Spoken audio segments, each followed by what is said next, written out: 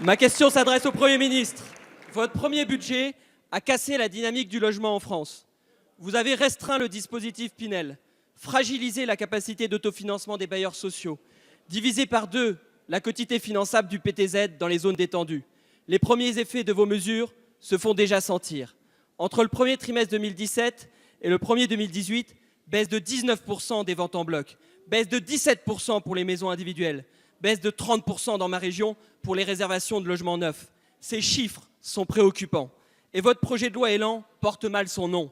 Il contient certes quelques mesures positives, comme la lutte contre l'habitat indigne et les recours abusifs, mais quasiment rien pour 95% du territoire français.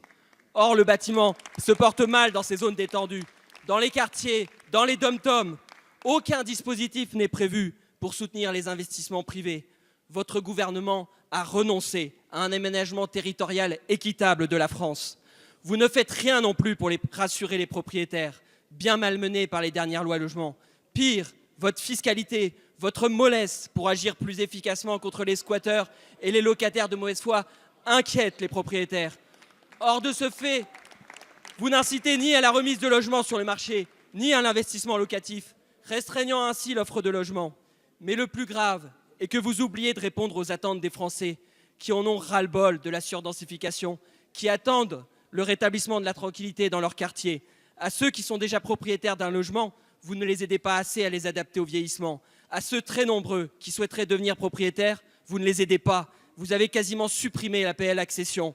Monsieur le Premier ministre, quand allez-vous enfin mener une politique ciblant l'accession à la propriété et vraiment défendre le droit de propriété?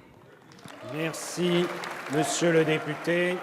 La parole est à monsieur Julien Denormandie, secrétaire d'État à la cohésion des territoires. Merci, monsieur le président, mesdames et messieurs les députés.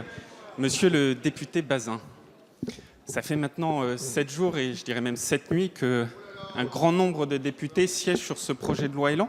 Alors je comprends le discours avec la tribune qui vous est offerte dans le cadre des QAG, mais je sais qu'au fond de vous, vous savez très bien ce que comporte exactement ce projet de loi Élan. Je sais que comme nous, comme cette majorité, vous savez très bien que ce projet de loi, il permettra de libérer la construction en simplifiant drastiquement un certain nombre de normes. C'est ce que nous faisons. En permettant de lutter efficacement comme jamais contre les recours abusifs, et effectivement, c'est ce que nous faisons. En transformant, par exemple, les bureaux vacants, ce fléau que constituent ces bureaux vacants, en logements, et c'est là aussi ce que nous faisons. Mais je sais aussi que, comme nous, vous êtes convaincus qu'au-delà de libérer, il faut aussi protéger les plus fragiles. Et c'est effectivement là aussi quelque chose que nous faisons dans ce projet de loi, en créant le bail mobilité, qui permet à toutes les personnes en formation professionnelle d'avoir accès à un bail, en réformant le logement social pour pouvoir donner plus facilement accès à ce logement social, et puis en luttant efficacement contre les marchands de sommeil, parce que là aussi, c'est quelque chose contre lequel il nous faut attaquer. Et enfin, dernier point, il faut unir, et c'est un point où, là encore, je sais que nous pouvons avoir des divergences quant aux solutions, mais sur ce constat, vous serez d'accord avec moi, il faut unir en arrêtant d'opposer les propriétaires aux locataires. Fini ce temps où les propriétaires seraient des nantis, les locataires auraient comme principal hobby de détruire les logements. C'est faux, et c'est par la tenue de tels discours pendant des années qu'on a créé la vacance dans les logements.